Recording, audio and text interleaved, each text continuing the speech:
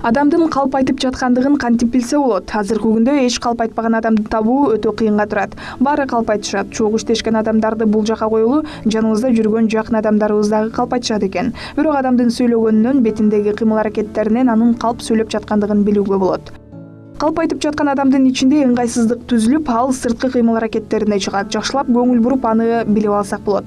Эң башкысы көздөр. Калп айтып жаткан адамдын көздөрү бир жерде болбой ойноп турат. Мындай учурда ага суроо бериңиз. Ал көзүн сол тарапка буруп, бир аз ойлонуп калса, анда ал калп айтып жаткан болот. Чындыкты жашыруу үчүн адам башка нерсени ойлоп табат да, аны мээсинде иштетип сизге айтат. Ал сиздин көзүңүзгө карап калп сүйлөө ага кыйынга турат. Эгер анын көзүнө тике карап туруп алсаңыз, ал айланасындагы башка буюмдарга алаксымыш болуп сүйлөйт.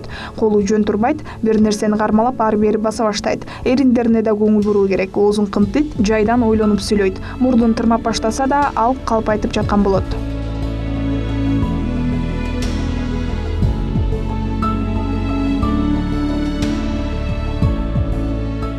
Адамдын калпын чыгаруу үчүн ал сүйлөп жатканда анын окуясынын ичине суроолорду бериңиз. Окуяны кайра башынан айтып берүүсүн сураңыз. Ал олтурган болсо, жанына барып туруп алыңыз. Адам ылдыйдан башын көтөрүп, өйдө карап калп айтуу кыйынга турат. Колун кыйчалаштырат, бутун учкачтырып алат, сөзүнүн арасында кереги жок башка нерселерди көп кошот, бир сөзүн улам кайталай берет. Жогорудагылардын баарын эске алып, адамдар менен сүйлөшүп жатканда пайдаланыңыз. Бара-бара калпты билүү оңой болуп калат. Жашоодо ар кандай болот. Кээ бирлер жакын адамдарын жаман нерседен куткаруу үчүн да калп айтышат. Эч кимге ишенбеген адам өзү да калпты көп колдонгон болот. Эгер калпты аз айткан же такыр айтпаган адамды тапсаңыз, анда сиз бактылуу адамсыз. Эсиңизде болсун, сиз калпты көп айтып, адамдарды алдаган болсоңуз, сизди да башкалар алдашат.